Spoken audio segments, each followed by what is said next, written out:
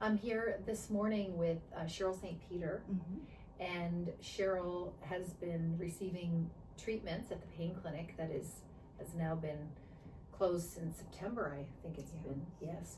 And Cheryl, can you share with us a little bit about your experience with the pain clinic here at Cumberland Regional? I've been a patient of Dr. Crolos's for 14 plus years.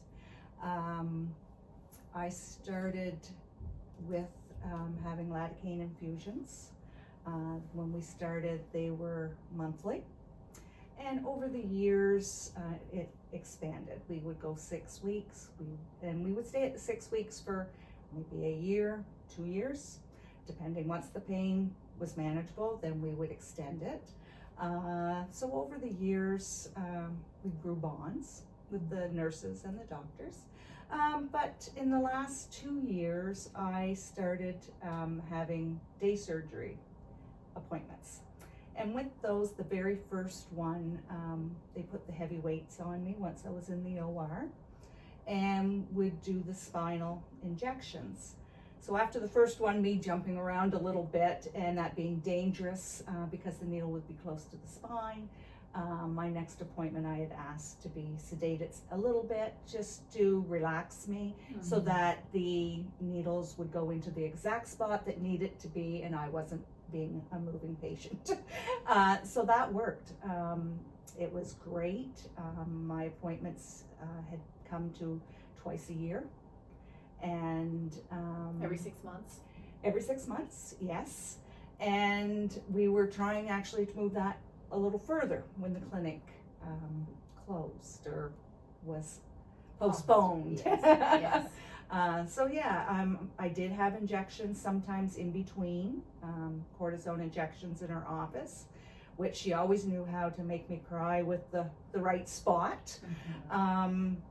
But yeah, it was something that was consuming my life. The pain. The pain. Tell us, what does it mean to you personally? And I don't want to make you emotional, but you know, from everything you've shared with me, the treatments that Dr. Crolos was able to provide to you provided you with some quality of life. Yes. You were able to work. I'm able to hold down a full-time job. Without the treatment, there would have been no way I would have been able to continue on with that. It was to the point if we would go for a drive to Halifax, which people just take for granted. I would have to stop at least twice just to get out, stretch my legs, move around. It wasn't the fact that I had to go to the bathroom, it was the pain of sitting in the car for that long. My husband, if we went to the mall, you know, 2 or 3 aisles, I have to leave the cement floor. So it was interrupting, you know, playing with the grandkids, you know, doing social aspect. I didn't want to go out because just to go for a dance, you know, everybody be up dancing and you were sitting in the chair watching, because you might be fine today doing it, but boy, the next week, you were in agony. And that's no fun to go out and have an hour or two with everybody enjoying yourself to know you were going to be suffering for the next week. It just didn't make sense. So, you know, one of the things that shocks me, I guess, I am a registered nurse as well as an MLA, and it does shock me that the management for our health through the Department of Health don't seem to be respecting the physicians that were providing these pain clinic. And I say that because they don't appear to be listening. Right. It's my understanding that they made a decision to move the pain clinic out of the perioperative area, meaning the physicians don't have the kind of supports that they need, such as nurses, etc. So some of the treatments that you had, like in your spine, is that something that could be done in an office setting? No, definitely not. Needed to be in the perioperative area. Because they have, there's at least 3 other people in the OR, other than Dr. Crolos. I've had Dr. Dan in there with Dr. Crolos. There's somebody reading monitors, there's somebody injecting you, there's somebody watching your blood pressure. Yes. Definitely not something I would want. No. In an office. No, and it's my understanding from the physicians that the reason it's being done in that controlled setting with nurses there is because that is what is needed. Yes. For a clinical setting. Yes. Similar to if a cardiologist is doing a cardiac cath on someone, it needs to be in a setting where your blood pressure is being monitored, your heart rate's being monitored. Yes. And there's nursing staff there to support the treatments. Yeah. And I wanted just to ask for you to be able to share, exactly what the treatments look like, and to be able to say, are these types of treatments that could be done outside of the perioperative area? And what I'm hearing is no. No, because not only before you go into that area, you have an IV put into you. Okay. Right. So that has to go through your system a little bit. So the day nurses are, checking your blood pressure, putting the IV in. They know if your IV will go in fast or, like me, up to 5 times before they can hit a proper vein to do it. So, and I mean, they know as soon as they see my name on that list, Ann and Heather are deciding which one's going to tackle me. So you have that beforehand. Yeah. Afterwards, the nurses are there again, monitoring you, making sure that everything's going well, letting you have that 1 hour after the day surgery to have your body go through the transition that it's requiring. Then they start waking you back up. Make sure that you can stand on your own. Make sure that you can get dressed. Make sure you have that drive. These are all things, no matter what procedure you had, whether it was lidocaine infusion or the day surgery, didn't matter. Each one, your daytime nurses were doing your IV, monitoring your blood pressure before and after. And if you were having a lidocaine infusion, they were there monitoring you through your whole rest time. I know. It's so frustrating because, I hear you explain this, and I don't understand why the upper echelons of management in the health authority don't understand. Yeah, no. That they, and the effect on people like yourself by removing the ability to have these treatments in a clinical setting that they need to be in. Yeah, the only thing that the office itself would do is the cortisone shot. Right.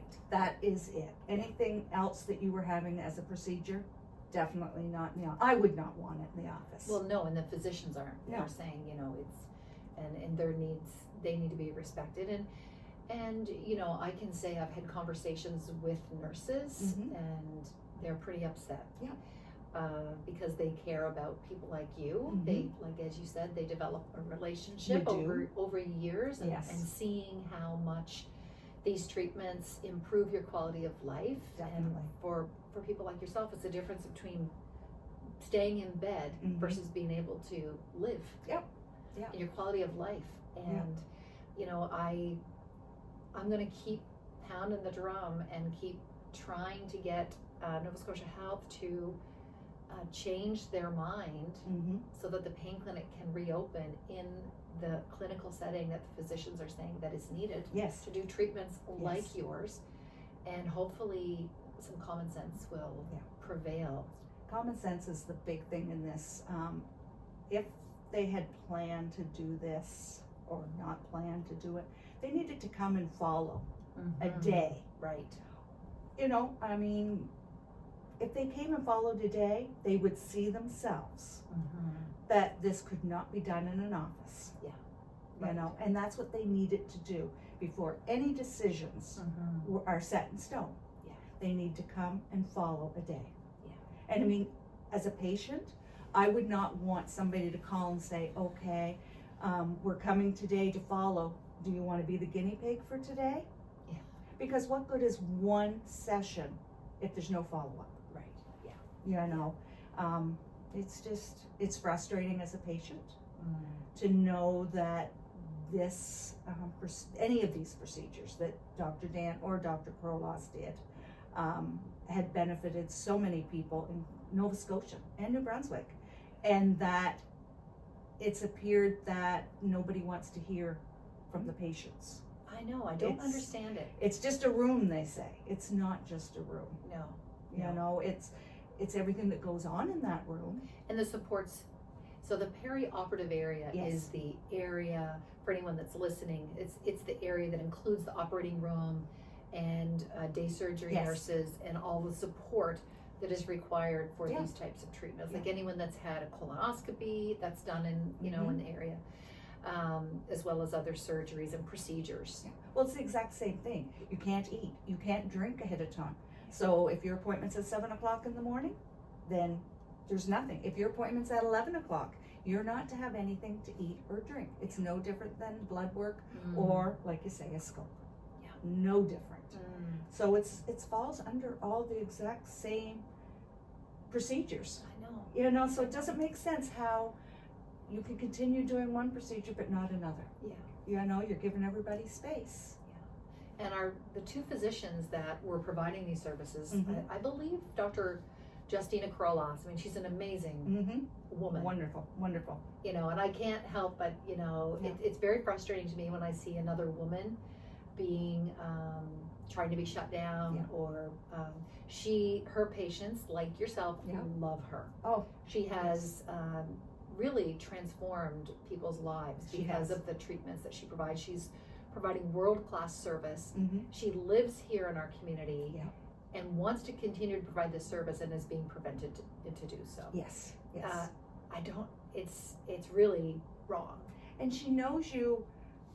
If she sees you at the grocery store, she sees you at a bank. Doesn't matter. She acknowledges you. She uses your name.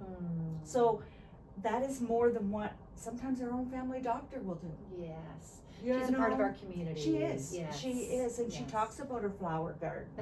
You know, like she's very proud to be an Amherst citizen. I know. Well, I have goosebumps just you saying that. You know, she is. Right. And I mean, you can tell that in her property. Yeah. You know, so she's a strong woman. She is. But, you know, and I've come to realize, people listening that know me, you know, not everyone wants to have strong women around that speak the truth. Yeah. And Dr. Krolos does do that. She does. And she should be respected for that, not the opposite. And as a patient, she tells you how it is. You know, if she thinks that you need to get out and do exercise, she tells you. Yes. You know, there's no beating around the bush. She's very direct. She is, and we need that. We do. You know, especially in that field, because she has studied it. She knows the right and the wrong. Yes. You know, if she tells you you're overweight, that you need to lose a little, take it. Yeah. You know, okay, if you lose 5 pounds, that's 5 pounds. Exactly. You know, if it's five minutes that you can walk, that's 5 minutes you can walk. That's all she asks. So what I hear you saying is that she treats the whole patient. You know, she doesn't just put the needles in your spine and put in the lidocaine and treat. You know, she's treating you as a whole patient. As the whole patient. Yeah. And Dr. Dan's incredible too. He is. He's super. When he first came to Amherst, I remember Dr. Krolos bringing him in to introduce him to me, and she said, "You won't be able to pronounce his last name, so we just call him Dr. Dan." And every time you see him, it's Dr. Dan, you know? So, like I said, he's been with me for my lidocaine infusions, and he's also been in the day surgery with me. So, he may not be my main doctor, but he has definitely stepped through the hoops with her. Well, and what my understanding is that he's done a lot of extra training himself. Yes. And also she has mentored him and helped to teach him, and unfortunately that's all been paused. Yes. And Dr. Krolos, we hope that she doesn't retire soon, but she, you know, she is, I would say, in the mature part of her medical career. And Dr. Dan is in his early years. Yes. And it was, you know, what we're trying to do is ensure that these services were able to continue here in the Maritimes for patients like yourself. My understanding is I think there's 3,500 around Yes, pain and patients that have been going to this pain clinic. Yeah, and I was very surprised at that number. Yes. I mean, as a patient, you know the doctors have a list of patients. You always hear about the ones on the waiting list, but you never hear how many are actually being treated. Right. So to me, it was quite a shock. You know, and when you think of it, you know, that she recognized you out of all of those patients. You know, that you know was what really surprised me. Yeah. You know, I mean, when this first was happening, I mean, there was I tabled a petition with over 800 signatures, Yes. and I had in the legislature, and I had people contact me from Barrington, like down in the South Shore, people in New Brunswick, PEI, people as far as Cape Breton, as well as people here locally in Yes. Cumberland. But these two physicians have really made a difference in so many patients' They have. lives, and people like yourself have a right to be upset. And I wanted to give you an opportunity to have your voice heard, and also to try to help people understand the impact of this closure of the pain clinic. Now, Nova Scotia Health did make a statement to CBC a few months ago saying, I don't want to misquote, but I believe they said the pain clinic wasn't closed. However, as a patient, you're not able to book an appointment. No. So essentially, it's closed or it's paused. It's paused to patient care. Yes. And we are calling on Nova Scotia Health to end that closure. Yes. And to allow the physicians to provide the care in the area that they deem is necessary to provide safe clinical care. Patients like Cheryl here, as well as others. Is there any last comments you want to make?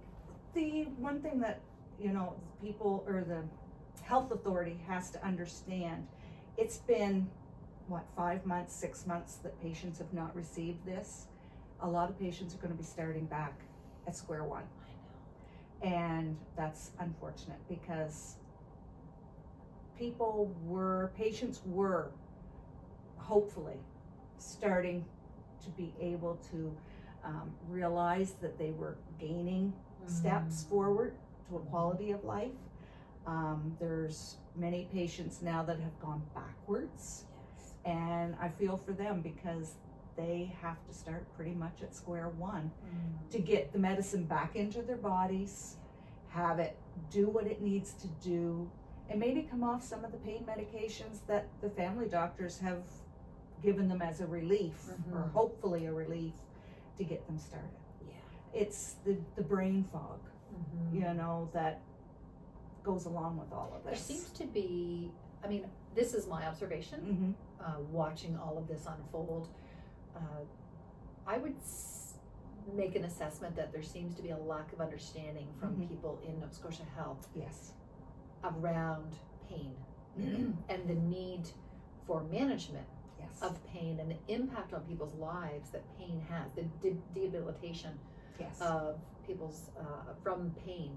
So I think there's a need there. Like, we all know if someone's going through cancer treatments, that pain must be managed. If someone's palliative, so why? I don't understand, you know, why it's not being respected.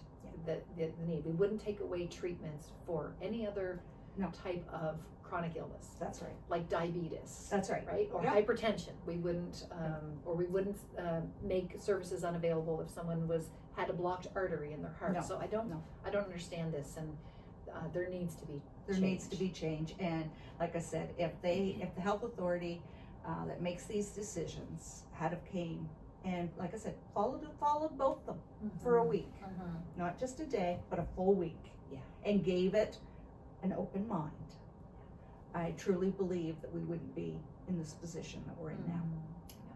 Well, let's keep working. We certainly will. And there is a petition sign I noticed out front of your office. Yes, that's right. There's an online petition, and I can't table, we kind of have archaic rules in the legislature. I can't table an online petition, but it does just keep it in the public eye. But I can table a paper petition with signatures. We still have that circulating in the community if anyone's listening and wants to sign the petition in support of. You don't have to be a patient to sign the petition. You can be an ally. You can be a supporter of those that are being now left without care. Thank you, Cheryl. Thank you. Okay. All right.